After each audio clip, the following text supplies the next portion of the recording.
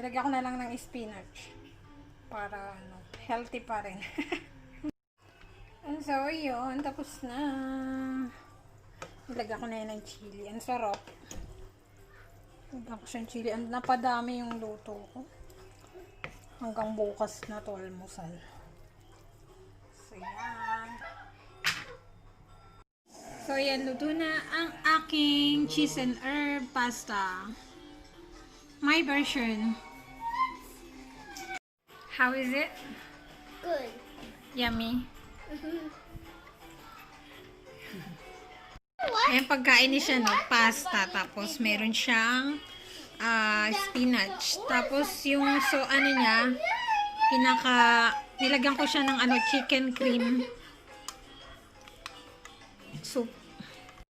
So, yun. Magpapaalam na ako sa sink. Kasi na siya, lost thread na siya. Ito, maluwag na siya. Sabi ng papalitan na lang daw yung the whole thing. Kala ko kasi ang gagawin, lalagyan lang to ng goma. Matino pa siya. Favorite ko tong na to eh. Ganda siya kasi hindi tanggal siya. Ganyan. Tapos, pag binuksan mo siya, diba? Pwede mo siyang i-ganyan. Like a shower. Ganyan. Pag maglilinis ka ng lababo. Ganyan. Pero, may topak siya eh. Kapag mali yung pagsara mo, tumutulo yung tubig. Tulad yan, diba? Ganyan. Sara ko lang siya ng ganyan. Walang tumutulo. Nagpapasikat. Tatakot siguro siya kasi papalitan na siya. Pero love na love ko to kasi ang tagal na nito sa amin. Naiinis kasi yung asawa ko, tumutulo yung tubig. Gawa nito. Ba't parang sumikip na siya? Masikip na. Parang hindi na kailangan palitan. Nyari Nyari. Tapos ang ipapalit, ito, nako. Tapos ang ipapalit, ito. Ito ang ipapalit. Ayaw ko niyan. Normal lang. Ganyan lang.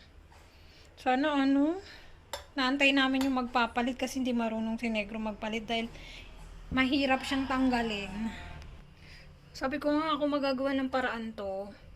Tanggalin, tapos lagyan na lang ng goma para sumikip. Kasi ayun siya, umuuga siya, umuuga. Hindi siya masikip.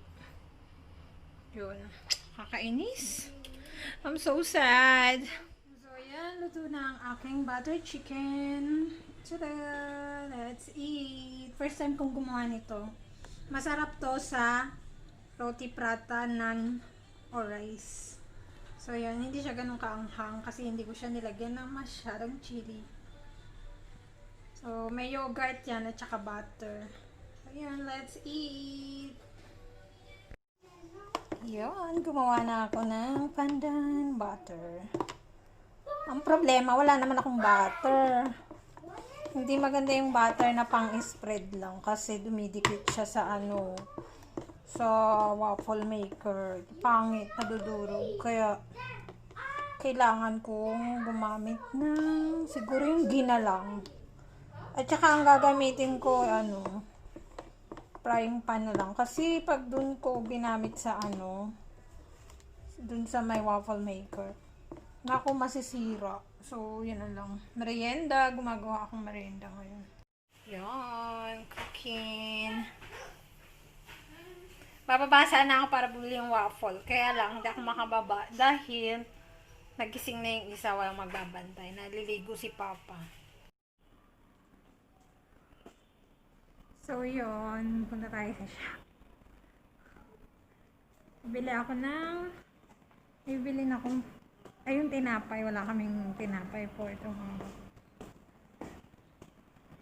Punta tayo.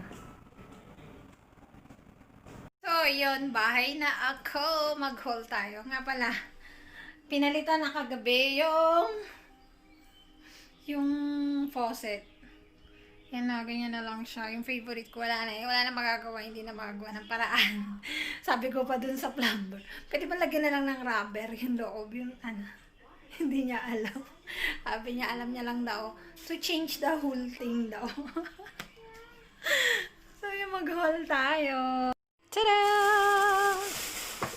I have something new today. Okay. Okay. It's the Beauty and the Beast. Oh, I see. Okay.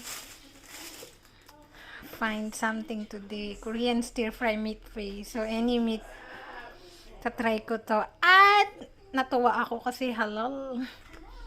So, yan, try. Ang hilig ko mag-try ng mga bago. Sana masarap. Then, bumili ko ng chili sauce. Masarap to eh. Kasi, kakain ako ng fish cake. Bumili ako ng fish cake. Ipiprito ko. At isasaw-saw ko dyan. Ayan. Tapos, bumili rin ako ng sardinas. Kasi, sardinas is good. Kasi minsan hindi ako nakakabili ng fish. Sardinas yung pang ano ko. Then, samyang. Kasi, malapit na naman si ano. Pag nag-aano ko, malapit na si period. Nagkikrave ako sa samyang. Kaya, nag-stock ako ng ano lang, maliit lang.